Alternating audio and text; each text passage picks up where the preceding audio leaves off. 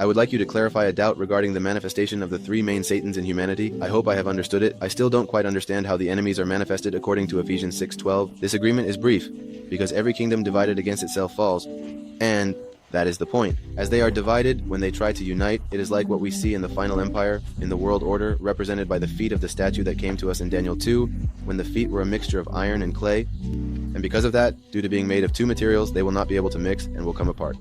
I continue with what he was saying.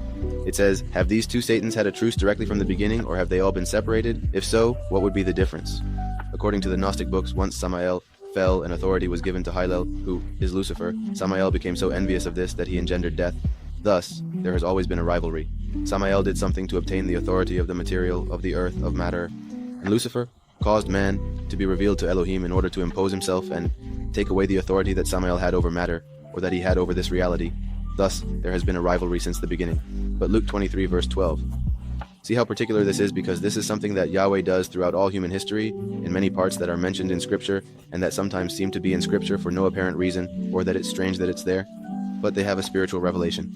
You asked me if Samael and Lucifer always had a rivalry, and yes, from the beginning there was a rivalry, but they operated with a purpose, one being on the right, the other on the left. That is why the Scripture says not to turn aside to the right or to the left. Here we see that when Yahweh comes, it says that on that day, Pilate and Herod, who were enemies, became friends. Pilate and Herod, who were enemies, became friends. Here, Pilate means spear, and Herod means hero or heroic. It would represent Samael and Lucifer. Lucifer pretends to be the heroic one, like in the superheroes of Mars and all that. And Pilate, like the spear, is connected with Cain. Cain, who is a representation of Samael. On that day, Pilate and Herod, like Samael and Lucifer, who were enemies, became friends. They became friends by working to kill the Mashiach. Just as the onion told Lucifer to send the Mashiach and then was saying, why did he send me this? Then, here we see with this verse a representation of that, of how those two Malajin worked together to kill the Mashiach and then hope to work together in that final time. As I have also mentioned, this is represented by the book of Daniel when it speaks of the king of the north and the king of the south. I have mentioned how Samael is more connected to the flesh, while Lucifer is more connected to the mind. I have also said that the weaknesses of men primarily come from Samael, while the weaknesses of women primarily come from Lucifer. Like the book that says men are from Mars and women are from Venus.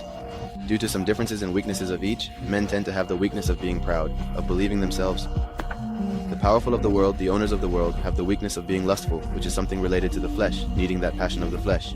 Then there is anger, rage, which is also connected to Samael. On the other hand, women have the weakness of vanity, which is what Lucifer possesses. Vanity is something of the mind, a desire to be physically appealing, but with the appearance being greater, superior, or better, in order to feel better than others.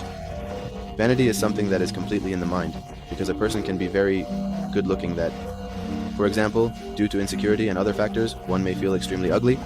On the other hand, vanity, no matter how good-looking a person is, will make them want more and better and not be content with who they already are, and so on. So there is vanity, the desire to be like, because Samael claimed to be the Almighty in his fall. Lucifer said, I want to be like the Almighty, and this is reflected in Eve when she ate the fruit first, by listening to the serpent, because she wanted to be like the Elohim.